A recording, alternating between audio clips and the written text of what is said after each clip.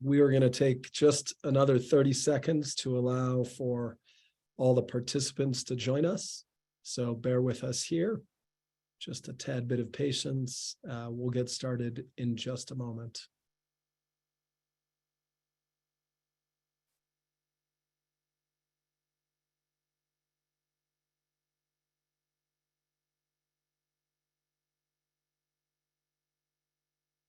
Okay, let's get started.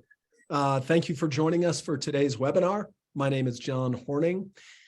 I'm the Executive Director of WildEarth Guardians. I'm speaking to you today from the southern edge of the Sangre de Cristo Mountains in the Rio Grande watershed. It's the historic territory of the Tewa people in the beautiful town of Santa Fe, New Mexico. Welcome to all of you. We've got a great audience this afternoon with Guardian supporters from all over the country, including Tennessee, North Carolina, Washington, Colorado, and of course, New Mexico. I love the opportunity to connect with the Guardians community. The virtual never replaces the in-person, but it's great that we can create community by virtue of these virtual forums. So looking forward to this conversation. In these WildEarth webinars, we bring together national issue experts, people from frontline communities, elected officials, and WildEarth Guardian staff to talk about critical issues at a critical moment. Excuse me. Our purpose, as always, is to inform, inspire, and activate Guardians like you to help us advance our vision and create the kind of world we want. I will be taking questions from the audience on the half hour, and then hopefully the last 10 minutes towards the end of our webinar. So please post your questions to the chat box. It's a really important part of these webinars. And I look forward to hearing those questions and having our panelists answer them. Today, we're going to be talking about how mature and old growth forests on public lands, if we protect them, can help solve the biodiversity and climate crises. It is a very, very timely topic, as just yesterday, the Biden administration took significant steps on forest policy on public lands. With me today to discuss these matters are 4 people who are on the front lines of forest protection from throughout the country. Dr. Carolyn Ramirez is a staff scientist with NRDC's Forest Project. Also with us is Dr. David Midrexler, who is a systems ecologist with Eastern Oregon Legacy Lands. We're also lucky to have Jim Furnish, who was a career employee of and former deputy chief of the U.S. Forest Service. He also recently joined WildEarth Guardians board. And last but not least is WildEarth Guardians' very own Chris Krupp, who is an attorney who works on public lands issues, including forest protection all across the West. Welcome to each of you. I am really, really looking forward to this conversation. So, a year ago, President Biden issued an executive order on Earth Day that recognized the critical importance of mature and old growth forests in fighting the climate and biodiversity crises. As I mentioned yesterday, the Biden administration, the Interior Department, and the Agriculture Department took steps related to that EO. Carolyn, you wrote an op-ed that had a title that is this: a carpe diem moment on forest and climate policy. Why? Tell us about what happened yesterday, a year ago, and why this is a carpe diem moment. Thanks for having me, John. I co-authored that editorial with a really great slate of colleagues. My colleague Dominic De La Sala initiated that one. And we wanted to write that in anticipation of this announcement that happened today and yesterday. So 1 year ago, as you mentioned, Executive Order 14072 came out. The Biden administration announced direction to federal agencies to protect mature and old growth forests, starting with definitions and inventories. This was really groundbreaking for scientists, activists, advocates alike working in this space, because this discussion had never happened before at the federal level, this kind of advocacy. So we're initially, and still are very grateful to the Biden administration for elevating natural climate solutions as a pivotal issue, and directing federal agencies to begin to define and inventory these forests. So I'm still digesting. My dog is barking.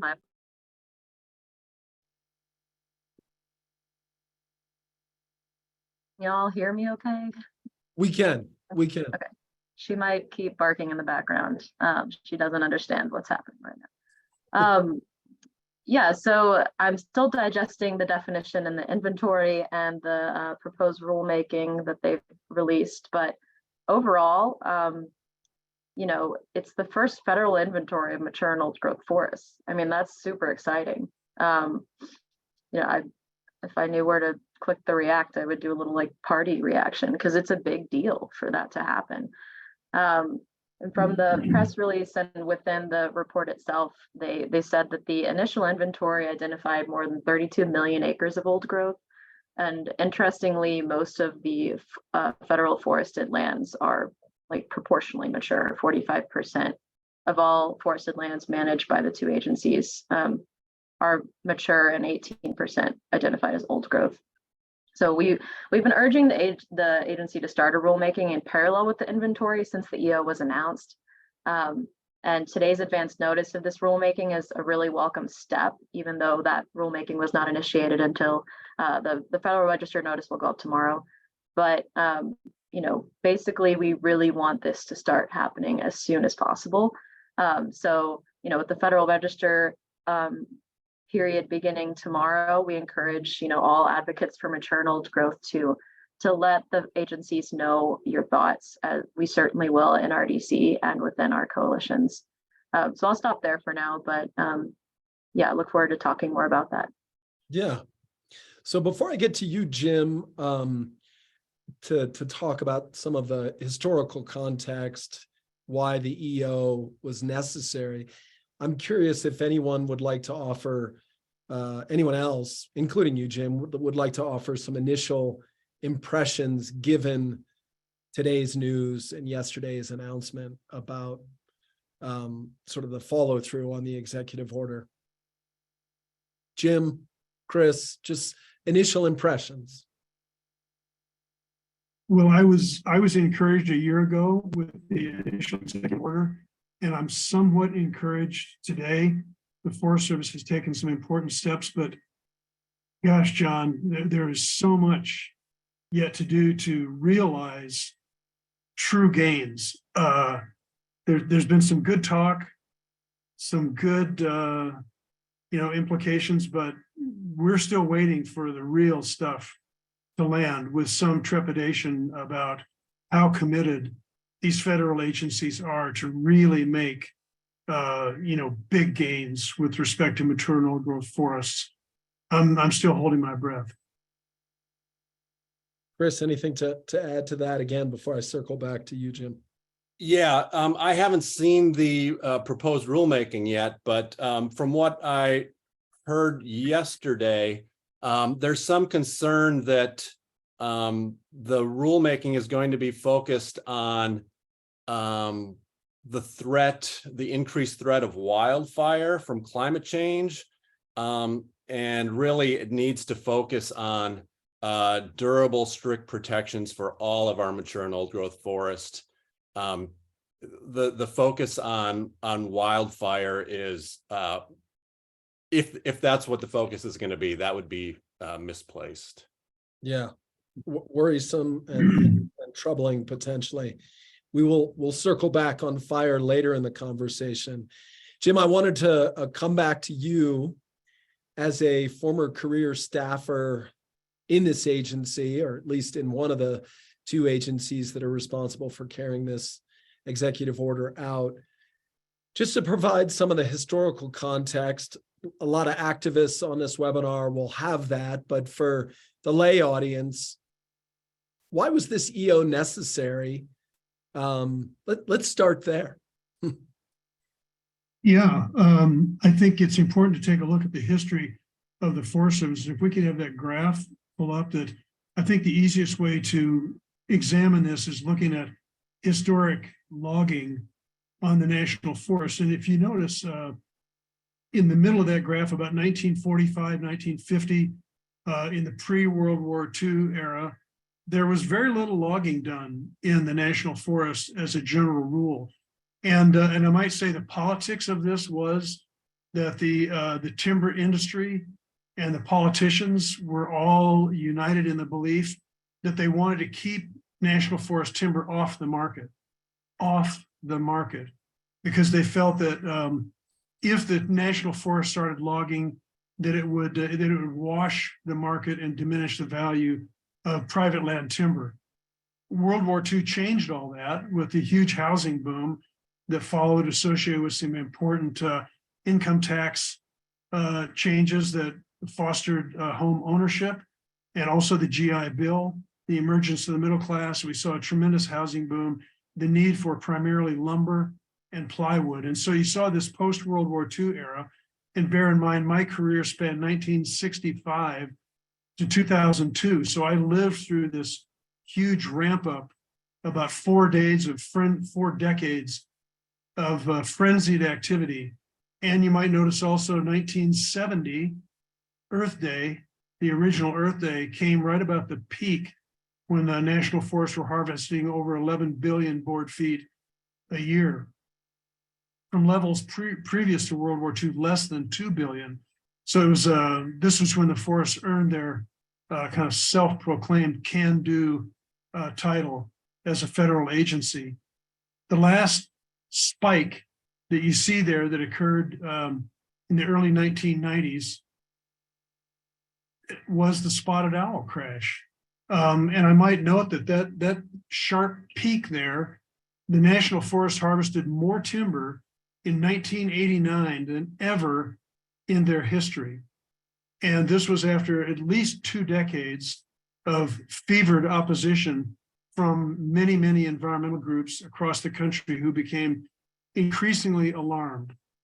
Now, what was the national forest logging? Primarily old growth and mature timber.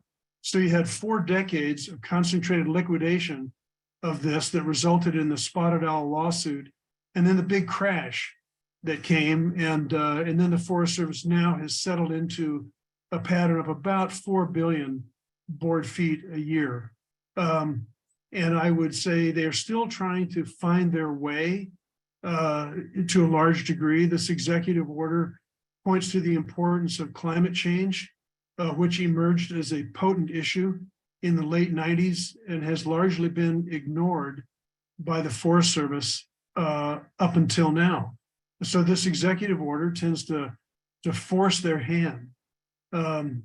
It feels like, Jim, this executive order is coming at a critical moment for the Forest Service in terms of its future direction and a vision and purpose for our national forests. Yes, and I think the thing about the executive order is it speaks to the importance of forests globally in their role in sequestering carbon. And this issue has largely been ignored by the Forest Service, and now they're being forced to come to grips to it to try and balance these issues, timber production with climate. Yeah, that's a perfect segue to where I'd like to take the conversation next. I'd like to bring David Midrexler into the discussion to really provide some of the context for the why of this executive order. And David, when we spoke last week, you mentioned the superpowers of large diameter trees that relates to their form and function. Say more about what you mean about their superpowers in kind of a lay context, and then let's dig into some of the science behind the why of the need to protect forest in responding to the climate crisis? Sure. Thank you, John. And hello, everyone. Yeah, it's really a story about the disproportionate values that large trees provide. And so when you start lining up all these incredible disproportionate values, it does start to feel like, wow, these trees are almost have these special powers that relate to their form. And I'd start with talking about the root systems. The root systems in these large trees, and notice we're not just talking about old, we're also talking about mature large trees. They can reach down into the deep groundwater. And that's a really big benefit to being able to access water when you need it most in the summertime. Shallow rooted plants, they can't do that.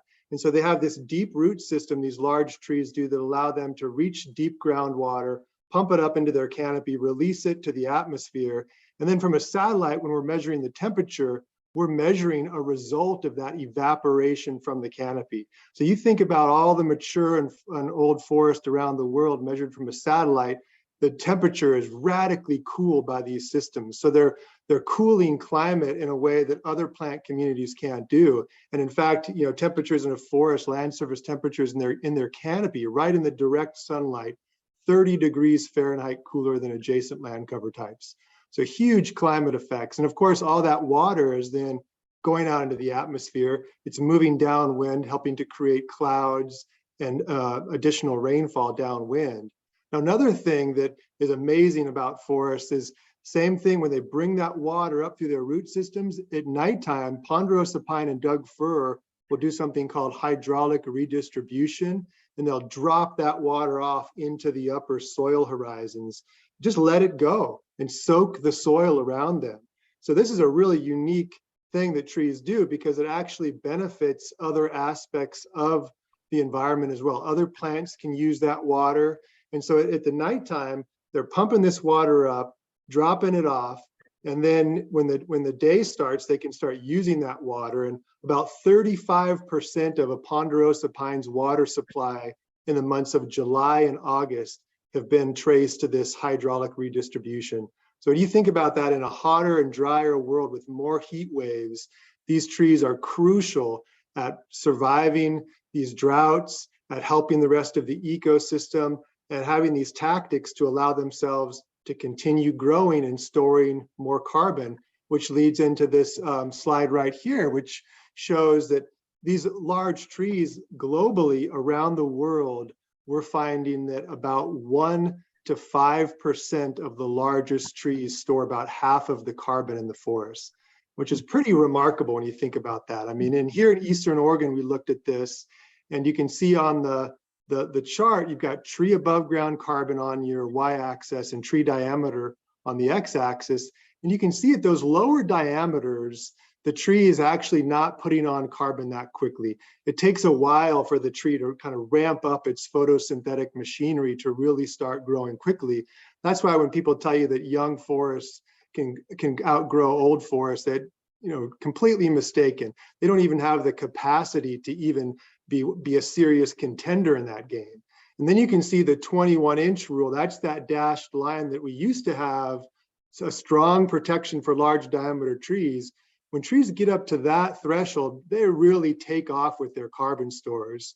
So we found that just 3% of the trees in Eastern Oregon's forests are 21 inches and larger, yet they're storing almost half of the above ground carbon in the system. So these are another superpower. They're the carbon champions of the forest.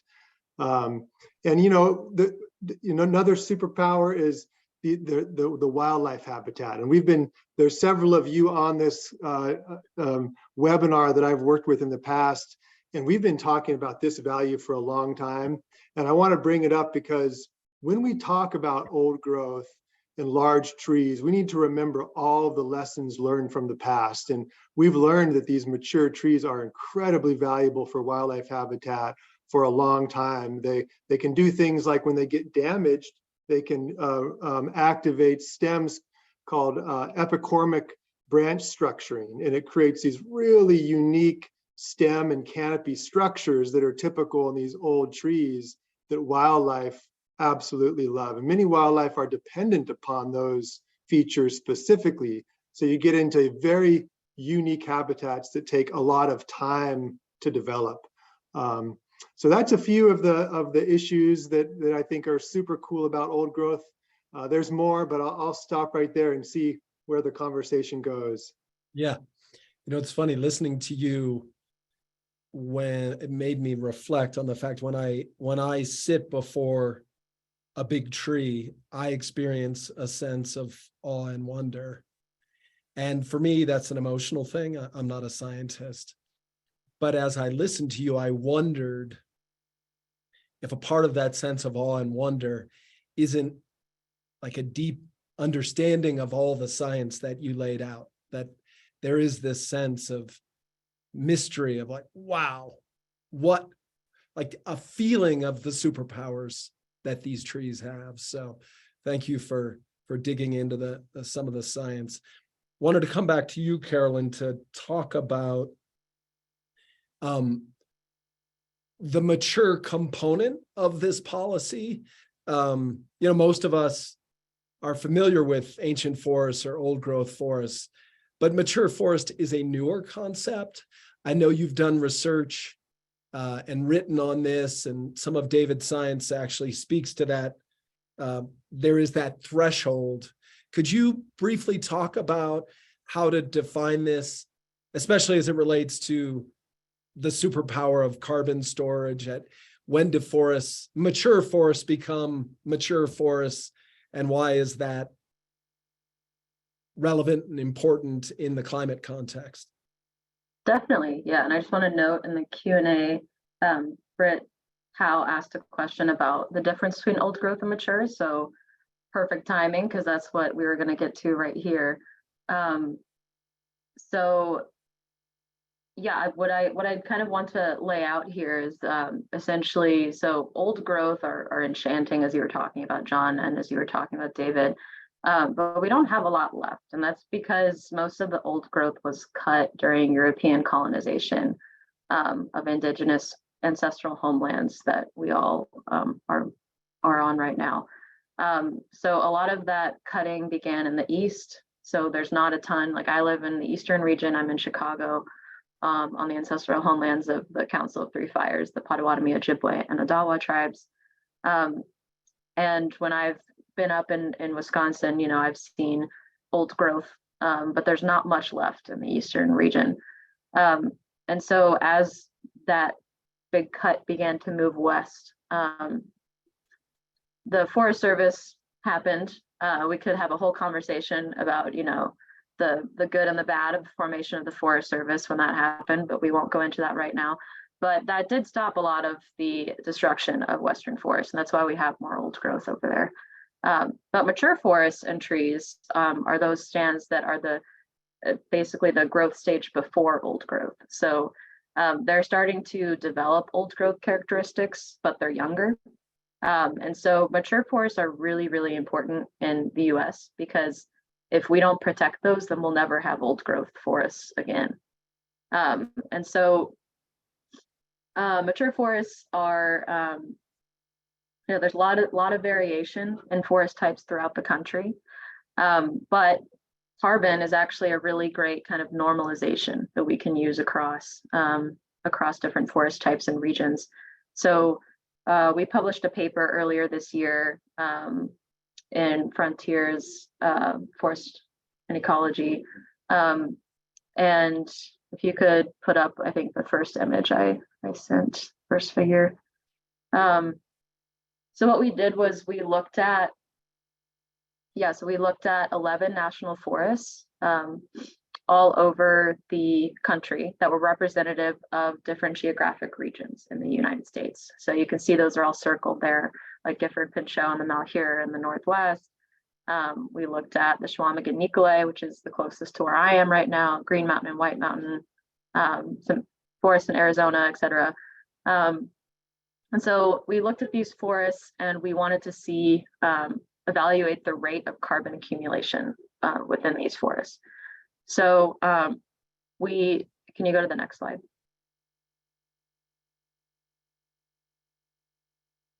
So So there is a concept of net primary productivity, which if you look on the y-axis, that's megagrams of carbon per hectare per year. So what that means is how much, that's a rate of carbon accumulation. So what David was talking about, like actual amount of carbon within a tree, we're talking about the rate here. So that's why these curves look different.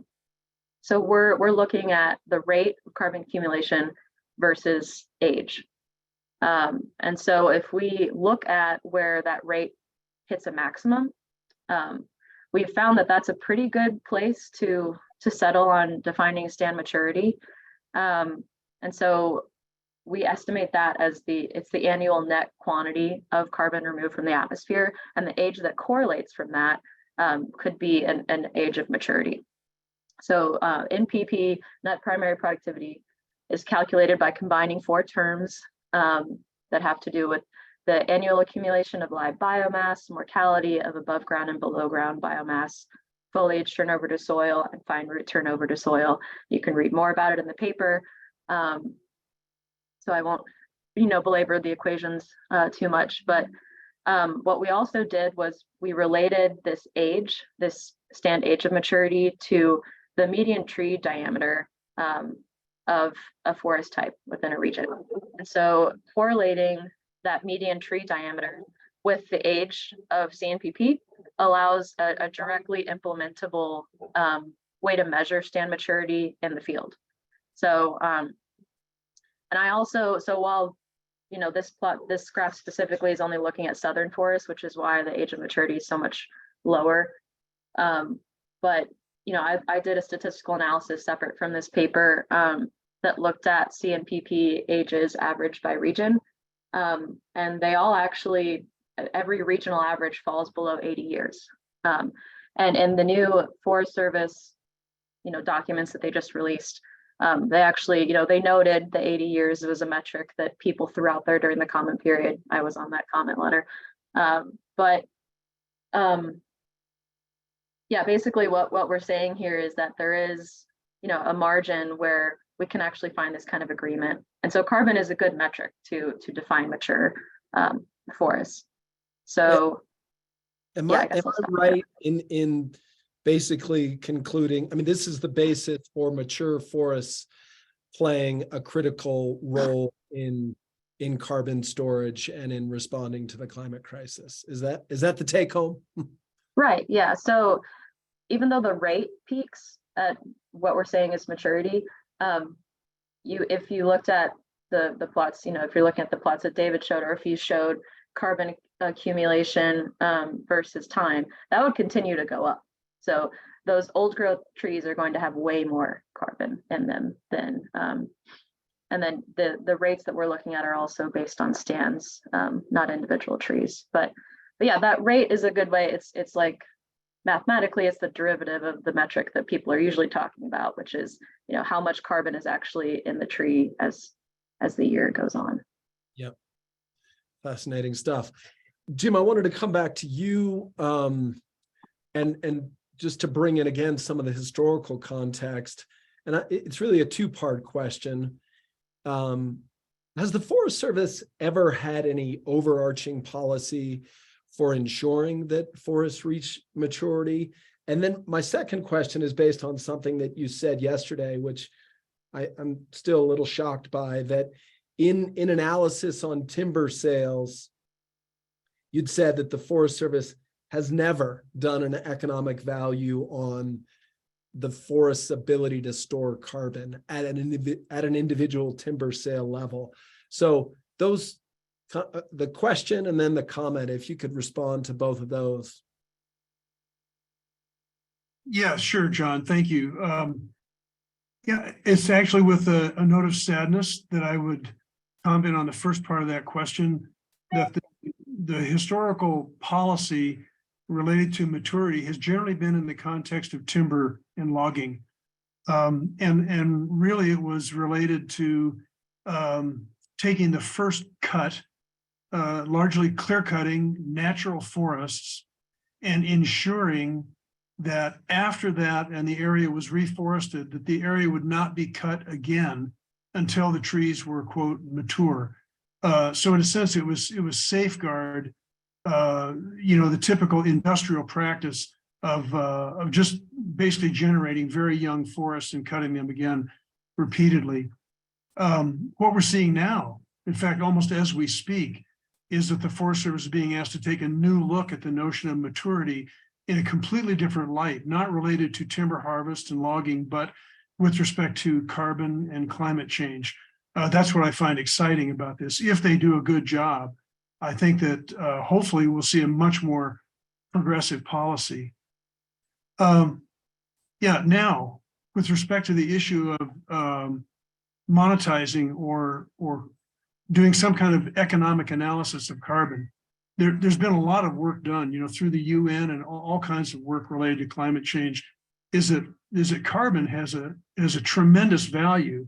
In fact, my suspicion is that if you looked at all the values on the national forests across the country, today carbon is probably the greatest value on our national forests. And yet the Forest Service has been very slow to come around to doing any kind of analytical work on either valuing carbon, analyzing carbon in terms of how much is there today. If you log it, how much is lost? How quickly will it grow back? That kind of analysis, there's a huge void in all the work that the Forest Service is doing. And I have yet to see one single National Environmental Policy Act document that really methodically looks at the issue of forest carbon, what's happening to it across any kind of meaningful time span. Yeah. I'd like to take the conversation in a slightly different direction now that builds off of your comment about the huge void. And the void is between the gap between the executive order and the intentions behind it and the reality on the ground with the agency. And we're going to need to do this in a little tighter time frame, given that we took a little more time with that opening session or section. So, and I see that questions are coming in. We're going to get to those questions. So I hope the audience continues to ask them. We'll spend about 10 minutes or thereabouts getting to questions, as many questions as we can. As I mentioned, there is a big gap between both the executive order and the reality on the ground, given the culture of the agency and the economic and political pressures that the agency still operates under. Chris, could you speak to a piece of this in the context of what Guardians and Allies are doing in the courts to challenge agency policy on the ground in Eastern Oregon and perhaps elsewhere? And if you could keep to about a minute, that'd be great. I'll try, John. David highlighted the important role that big trees have in sequestering carbon on the 6 national forests in Eastern Oregon. As he said, there's only 3% of the trees are more than 21 inches in diameter. That's because by the early 90s, almost all the old growth had been logged off those 6 national forests. And these are big national forests covering more than 8 million acres. So with almost all that old growth gone, the Forest Service instituted a set of rules, which are called the East Side Screens, to protect what remained of that old growth on those 6 forests. And one of those screens, probably the most important one, was a strict prohibition on cutting any trees that were greater than 21 inches in diameter at chest height. That rule saved the existing old growth and was meant to allow mature forests to age into additional old growth.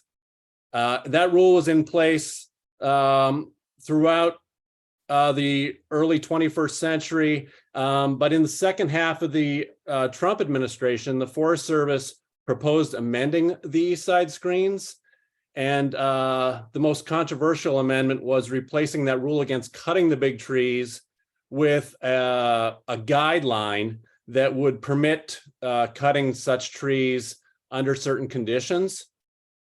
And the Forest Service issued a preliminary analysis of the impacts of changing that east side screens rule in fall of 2020, and said that the public would have an opportunity to not only provide comments, but later an opportunity to appeal or object to the decision that the agency reached.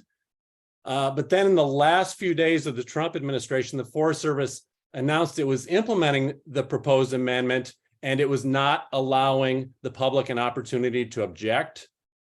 And that the analysis that the agency had undergone was truncated. It was an environmental assessment, which is a simplified version, a less comprehensive version of an environmental impact statement.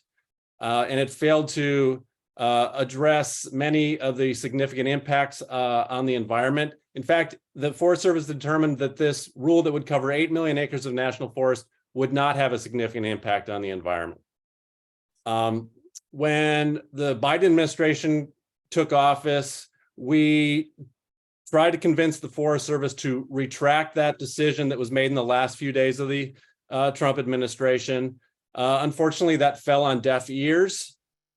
So we, and by we, I mean a coalition of environmental organizations, including Oregon Wild, Greater Hell's Canyon Council, Central for Oregon Land Watch, a local chapter of the Sierra Club, and Great Old Broads for Wilderness, took the Forest Service to court in June, asking the court to vacate that rule change and reinstitute the strict prohibition on cutting 21-inch trees on those 6 eastern Oregon national forests. Thanks for all that background. I think it underscores the importance of yesterday's announcement and the launching of this rulemaking, that if we're going to change agency culture, we need regulations that actually bind them. It's funny, David, I see your hand up. I was going to ask you if you wanted to jump in and amplify anything that Chris said. So thanks for raising your hand. Yeah, thank you. And also ties in with, I think, what Jim was saying too. And that's just quickly, the east side screens, the 21-inch rule were implemented as a wildlife and habitat protection measure originally. So protecting a lot of species that had lost their habitat due to the logging that Jim had showed us in the original slide. Species on the brink of extinction, and a lot of species like American martin, Pacific fisher, northern goshawk, white-headed woodpecker. Many species depend on these large trees. And so what we found is that this wildlife habitat protection measure has also been a really powerful climate mitigation measure. And the reason why that's important is because globally, we're now looking at these as twin crises that we must solve together, the climate crisis and the biodiversity crisis. We need to take actions that benefit both.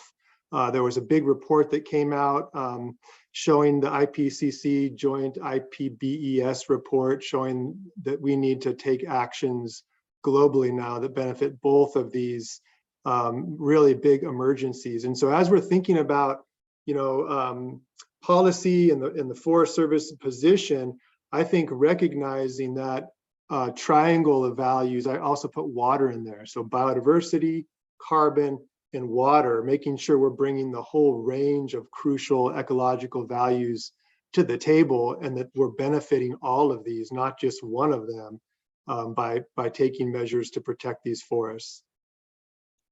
Beautiful. I mean, isn't that amazing that a standard that was put in place to protect biodiversity is perfectly aligned with climate imperatives as well. Thanks for making that point. Carolyn, you're in Chicago. You got a wide view of what's happening on the ground in Midwestern and maybe even some Appalachian forests. What's your perspective from what the ground and what certain national forests are telling you about the gap between the executive order and what the agency is doing on the ground? Right. Well, I mean, a lot of what Chris and Jim have talked about, the logging that's been going on for a very long time on national forest lands. It's very evident in pretty much most national forests, but my experience in the East, the picture behind me is from the Chequamegon Nicolet National Forest in northern Wisconsin. This is a beautiful forest, and this picture has a lot of old growth characteristics. You can see lichen on the tree here, some a snag that's fallen over. A lot of beautiful habitat and a diversity of species. But in the same forest, just a little bit farther down the road, we saw this. And so this is a really jarring clear cut that we saw in the Nicolet. And a lot of people don't know that this is happening. We were there in October. That's why the deciduous trees were orange and beautiful in the last picture I showed you. But yeah, I mean, this was right next to the beautiful forest I just showed you. And that kind of stuff shouldn't just be able to happen. And so I've seen some, untouched old growth forests in the Ottawa National Forest. The Sylvania Wilderness is absolutely beautiful. But I've seen these really decimated places as well. And my Eastern region colleagues who, work in the Northeast, we've highlighted projects within our coalition. If y'all could share that in the chat, the Worth More Standing reports from the Climate Forest campaign.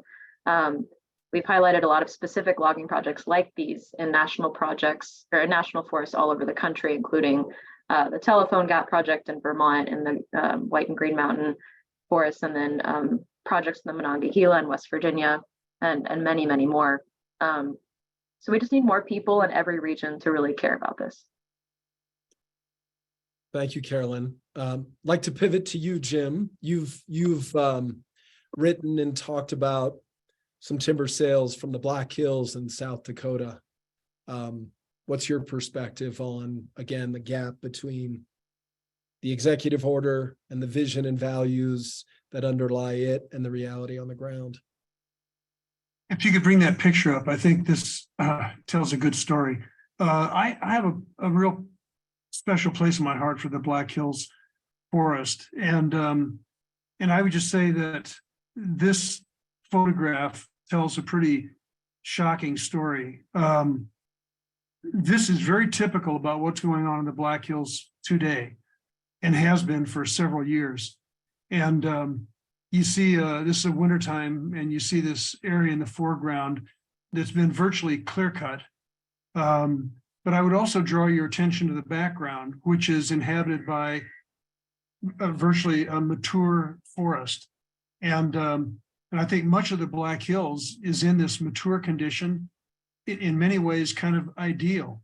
And it illustrates the contrast between a sound forest carbon policy and one that I find just lacking in vision, because what you're seeing is activities that are devoted primarily to timber production with little concern for anything else, whether it's wildlife habitat or water or aesthetics.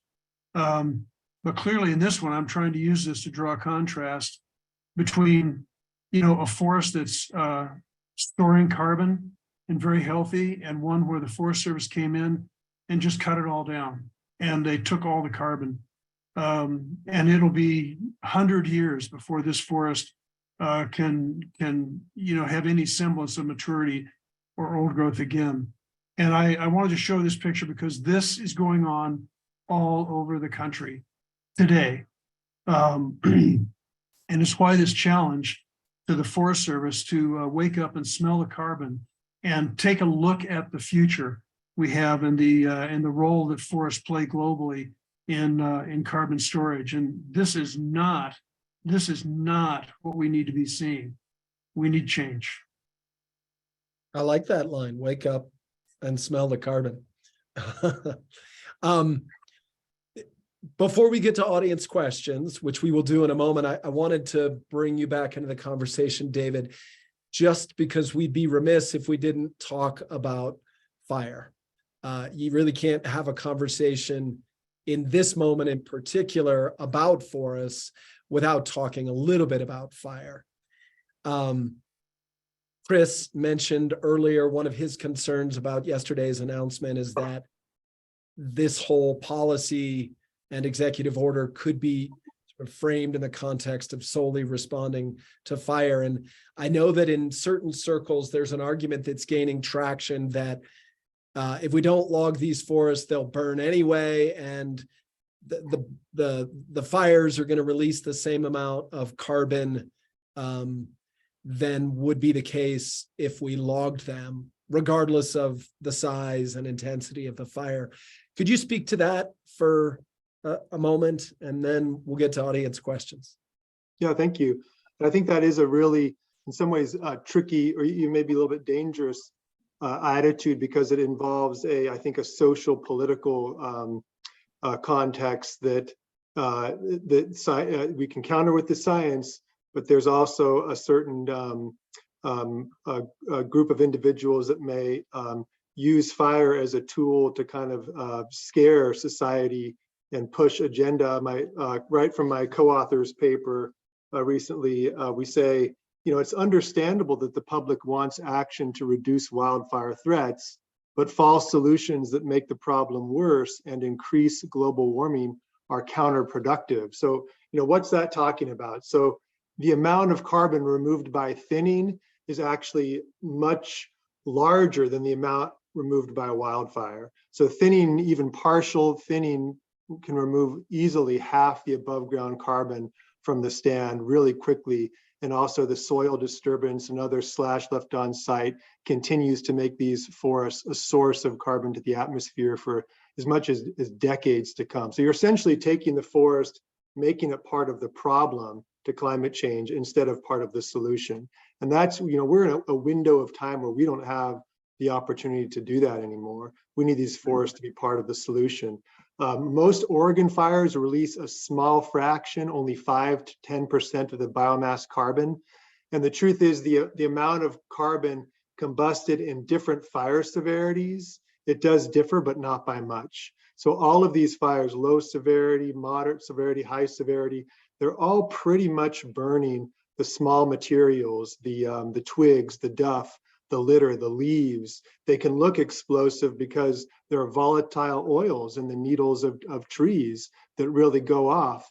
But at the end of the day, they're releasing just a small amount of carbon. I actually think of logging and fire as having the opposite effects on the forest carbon cycle in a way, because we know that logging is targeting the large materials where you can make wood products out of them. That's the stuff that fire doesn't burn. That's the stuff that's still left in the forest after the fire. That's why in Oregon, if you look at it, the largest source of pollution to the atmosphere is the logging industry. It's about 35% of the state's total carbon pollution into the atmosphere, and fire, by comparison, is a meager 4%. So clearly, fire doesn't even come close to emitting the carbon that logging does on the ecosystem. And then I'd also remind people that, wildfire is an essential ecological process too. And I think fire ecologists need to stand up for this too. The ecosystems are adapted to wildfire. They respond with diversity and with regrowth and are invigorated by fire, whereas they are not adapted to logging that way. Logging causes a lot of just forest degradation. So the systems are much more adapted to this process that they've evolved with, and in many ways reflect that evolution with fire, not so with logging. So there's a lot to go on there. We could talk about more, but I think we'll open it up, move on here. Yeah, no, I appreciate it. As you said, spend a whole nother series of webinars talking about fire, but I think it's just really important. You mentioned fear to confront the myths that the timber industry and even the agency are both perpetrating with the reality, the facts that you spoke to. So yeah, and just to remember too that our private industrial forest lands are the places with the most high severity fire. So think about that too. These small trees and the health effects and the fire effects that the communities are facing because of that type of management is really where the bulk of that problem is. Yep. All right, we're going to get to audience questions.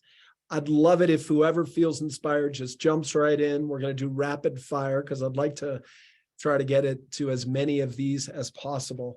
I'm going to start. I've got them over here on this screen. This one's from Sam Butler. Rule changes appear to be encouraging, like your optimism there, Sam. But how do we reorient the culture at government agencies to one of preservation instead of economic exploitation? Anyone want to jump in on that one? I'll take a dive on it, looking at the spotted owl crisis. I think what shows is consistent, tremendous pressure on the agencies to change. And I think that's what drove the spotted owl crisis, was unrelenting pressure on the agencies, and it finally worked. And I think the same thing is going to be required here. Great. I'd also add really quickly that diversifying the people who are addressing this problem is really key to this as well. Long before Europeans came over here and started cutting down all the trees, indigenous people sustainably managed these forests for millennia. And if you look at forests like the Menominee Forest and the Menominee Reservation, and you compare that to the national forests that are next to it, very different, very beautiful and dense and very biodiverse. So actually having indigenous perspectives and consultations in co-stewardship and in management of the forests would go a long way to balance the economic interests with the ecological interests.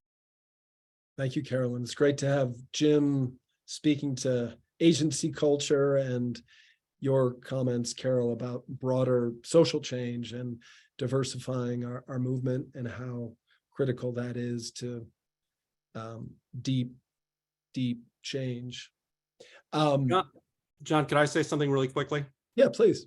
Yeah, I think it also speaks to the need to have just a durable, clearly stated rule that prohibits logging across all of our mature and old growth forest.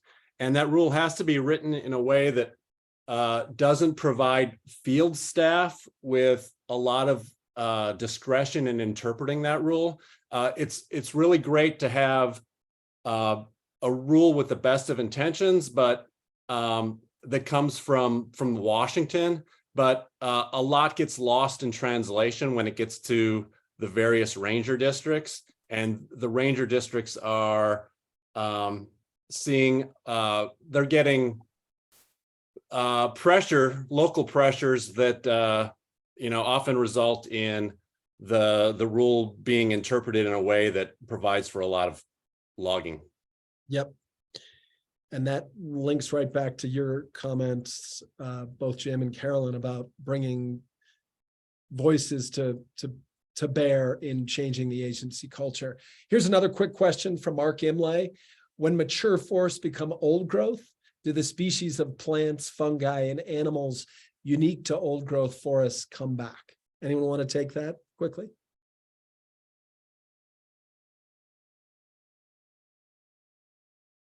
Go ahead, Jim. David, no, go ahead. I think David should speak to this. Yeah, I was waiting for you to speak, David. Okay. Well, I think it's a continuum. I mean, there's a lot of overlap between mature and old growth systems, and so there are species that are overlapping that stage in forest development, and there are some that are going to be more specifically dependent on true old growth or ancient characteristics in trees, like we talked about earlier, epicormic branch structuring. We've talked about some of those species like spotted owl, and also the marbled murrelet, which uses those platform-like branches on the coast range to nest upon. So there are species that are going to come back if we provide them the habitat. I'm a big believer that if we can protect the habitat in a large enough area, the species will be there. Of course, in the meantime, we do need to really take action to protect species with tools like the Endangered Species Act so that they are there and do have the opportunity to come back and repopulate these areas. But we've seen here in Northeast Oregon, multiple species come back into these systems. We're hoping to we've got wolverine back. We're hoping to get fisher back into our systems here. So more species that are dependent upon this large old stage. And so the answer is absolutely yes. It's amazing how adaptive wildlife is. If we give them the opportunity, I think they'll be here. Yeah. Thank you, David. Go, Jim, quickly. No, I don't have anything to add. Good answer. Okay. Just want to get one more audience question. I'd like you, Carolyn, to answer this one. This one's from Lisa Markovchik. Could someone describe why lumber from logging doesn't retain all of the carbon from the trees logged? Why does logging release carbon? Yeah, thank you for this question, Lisa. So a lot of life cycle analysis looks at what happens when you cut a tree down to when you process it into a lot of different materials. So lumber is used for a lot of different things. Wood chips, paper, toilet paper, that is a very short lifespan. So that's going to wind up decomposing very quickly. When the waste that we have from paper products, from tree products goes into a landfill, it actually undergoes anaerobic decomposition where it's releasing a bunch of methane to the atmosphere instead of carbon dioxide. And methane has a much higher global warming potential than carbon dioxide does. So it's even worse. In terms of the lumber that we use to build our houses and such, that is a longer term storage.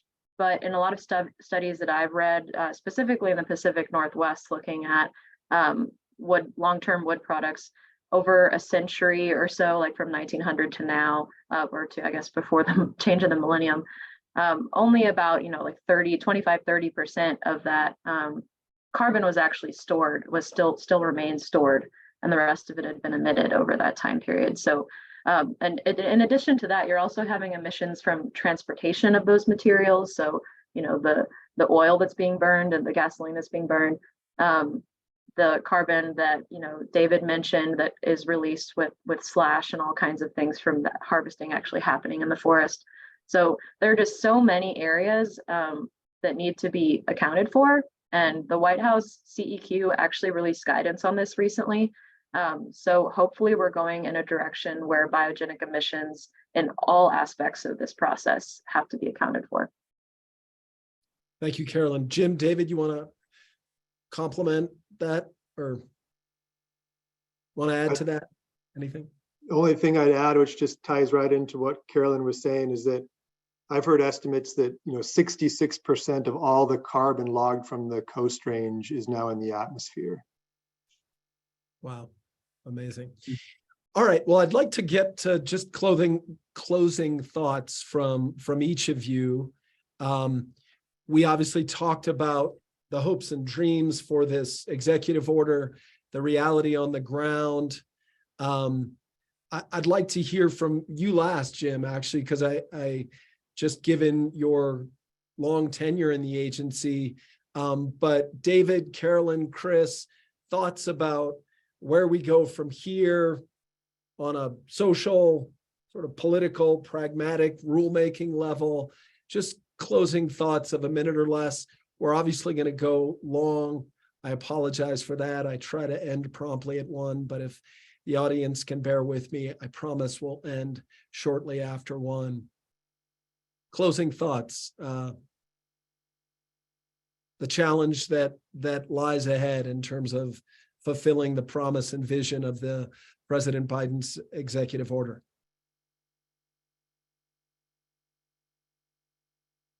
Well, we need to make enduring protections for mature old growth forests, as Chris said, with a rulemaking. So, everyone needs to get their comments in for the comment period that opens up tomorrow, as we mentioned before. And someone mentioned this, but I wanted to talk about it anyway, valuing those environmental benefits over the economics. Less than 5% of the US timber supply comes from national forests. So we don't need to be focusing on cutting down those mature and old growth trees. We need to focus on keeping them in the forest.